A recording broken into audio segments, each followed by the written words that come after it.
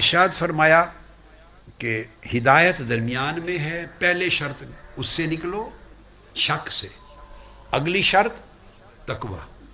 اب آپ کے ذہن میں اگر یہ سوال آ جائے کہ یہ دو شرطوں کا آپس میں کیا تعلق ہے،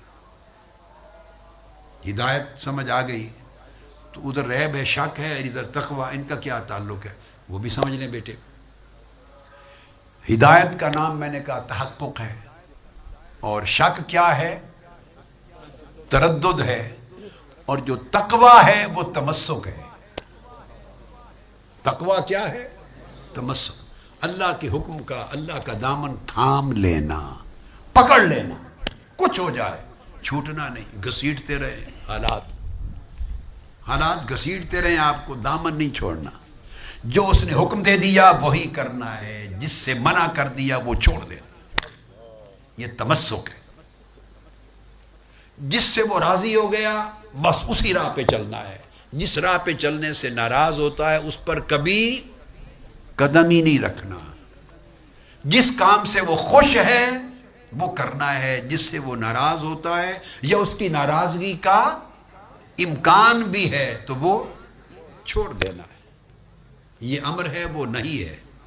تو جب اتنے یقین کے ساتھ آپ اس کو پکڑ لیتے ہیں تو تمسک ہے، اور تمسک تردد کی حالت میں نہیں ہو سکتا۔ تمسک تردد کی حالت میں، جب یقین کامل ہوگا تو تمسک ہوگا، آدمی تب چمٹے گا کسی سے۔ پھر کوئی دھتکارتا بھی رہے، پھینکتا بھی رہے، جب سمجھ آ گئی کہ حق یہی ہے تو دھتکار دے، منہ ادھر کرے، چہرہ کرے نہ کرے، بلائے نہ بلائے، دے نہ دے، لے لے نہ دے، عمر بھر ترسائے، جیسا چاہے وہ کرتا رہے، جب پتہ آگے چل گیا کہ حق وہی ہے پھر بندہ چھوڑتا ہی نہیں۔ تو مجھے 100 دھکے دے دے میرے مولا، مجھے نہ ڈال لقمہ، پھینک دے، کچھ کر، میں نے در نہیں چھوڑنا، مجھے پتہ چل گیا نا کہ در یہی ہے۔ اب آپ سمجھ گئے نا بات کو جی؟ تو جب یہ اس درجے کا یقین ہوتا ہے تو تب ہی ممکن ہے تمسک، تب ہی تمسک ممکن ہے، ورنہ اس درجے کا تمسک کوئی کر ہی نہیں سکتا۔ کہاں تک چمٹے گا؟ خواہش آج پوری نہیں ہوئی، ایک دعا پوری نہیں ہوئی، دوسری نہیں ہوئی، تیسری نہیں ہوئی، 500 دعائیں، 1000 دعائیں، 10 سال گزر گئے، ایک بھی نہیں پوری ہوئی، تو اگر ایک رتی برابر بھی تردد ہوگا نا تو الٹیمیٹلی بندہ سوچے گا کہ میری دعا قبول نہیں ہونی ہے، بس یہ خیال آیا، تمسک ٹوٹ گیا۔ تمسک میں آپ نہیں رہتے، میں نہیں رہتا، میرے ساتھ یہ ہوا، میں ہی، بیماریاں میرے واسطے ہی لکھیاں نے، تکلیفاں میرے واسطے ہی لکھیاں نے، کمزوریاں میرے واسطے لکھیاں نے، محرومیاں میرے واسطے ہی لکھیاں نے۔ آپ سمجھ گئے نا؟ باقی ہر کوئی کامیاب ہے، فلاں فلاں، جو یہ خیال آیا تو آپ تردد میں چلے گئے، تردد میں چلے گئے۔ اس لیے تردد اور تمسک دو متضاد چیزیں ہیں۔ تمسک میں تردد کی گنجائش نہیں ہے، کچھ ملے یا نہ ملے جمع یہی رہنا ہے۔ وہ مسکرائے، ہنس کے دیکھے یا پرواہ ہی نہ کرے، پوچھے بھی نہ، تب بھی جڑا وہیں رہنا ہے۔ ہم تو اتنا، کوئی پوچھے تو خوش رہتے ہیں، جو نہ پوچھے 2-4 بار ہو جائے تو ہم متردد ہو جاتے ہیں۔ ہمارا تو یقین ہی اتنا ہے نا، ہم اس کو یقین کہتے ہیں، ہم تماشے کو یقین کہتے ہیں۔ کیا؟ اب آپ کو بیٹے سمجھ آ گئی بات کی کہ وہ تردد کا درجہ تھا، یہ تمسک ہے۔ تو 2 شرطیں پوری ہوں تو ہدایت ملتی ہے، تحقق ہوتا ہے۔ تردد سے نکلے 100%، تمسک، کامل تمسک کو حاصل کریں، 2 شرطیں پوری کرنے والا ہدایت یافتہ ہوگا، یعنی اس کو تحقق نصیب ہوگا۔ کیا؟ اب جب یہ تحقق نصیب ہوگا، یہ بات سمجھا کر تب اگلی آیت وارد کی ہے، فرمایا الذین یؤمنون بالغیب۔ پھر جب یہ تحقق مل جائے نا تو ان کی شان بیان کی، پھر یہ وہ لوگ ہیں جو بن دیکھے مانتے ہیں۔ پھر وہ دیکھتے نہیں ہیں اور دیکھنے کا تقاضا بھی نہیں کرتے۔ اب آپ کو آیتوں کا ربط بین الآیات سمجھ میں آ گیا؟ یہ تفسیر کا ایک حصہ ہے، ربط بین الآیات۔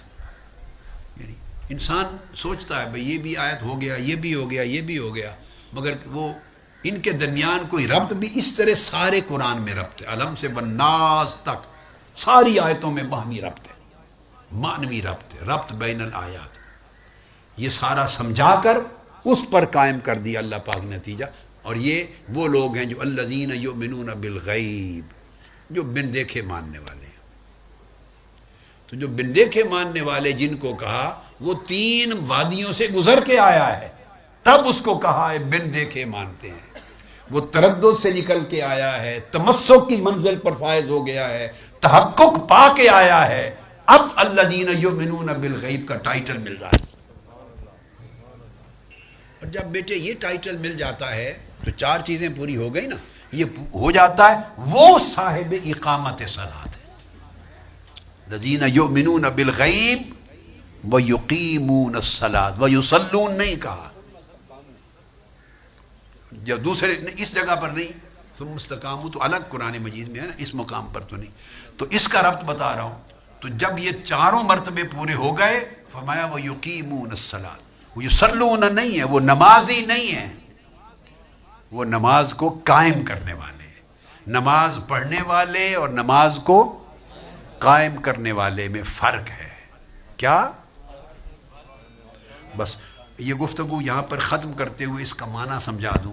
نماز پڑھنے والے مصلی اور قائم، نماز قائم کرنے والے اقامت صلاۃ میں فرق یہ ہے کہ نماز وہ ہے جو وقت پر پڑھی جاتی ہے۔ کیا؟ جو وقت پر ہو وہ نماز ہے، اور جو پڑھی ہوئی نماز سے اگلی نماز کے درمیان کے سارے اوقات میں جو نماز رہے اس کو اقامت صلاۃ کہتے ہیں۔ ایک نماز وہ ہے جو اپنے وقت پر پڑھی جاتی ہے، دوسری نماز وہ ہے جو نماز سے فارغ ہونے کے بعد جاری رہتی ہے۔ نماز سے فارغ ہونے کے بعد اور اگلی نماز میں داخل ہونے سے قبل تک سارے اوقات میں جاری رہتی ہے۔ اگر ایک وقت میں ہو تو وہ نماز ہے، اگر سارے اوقات میں ہو تو وہ اقامت نماز۔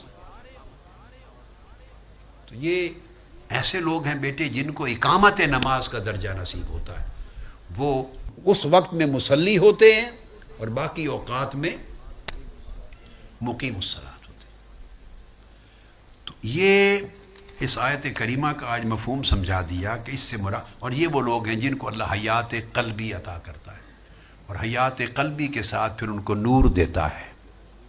وہ نور میت دل کو نہیں مل سکتا، اس کے لیے دل کا زندہ ہونا ضروری۔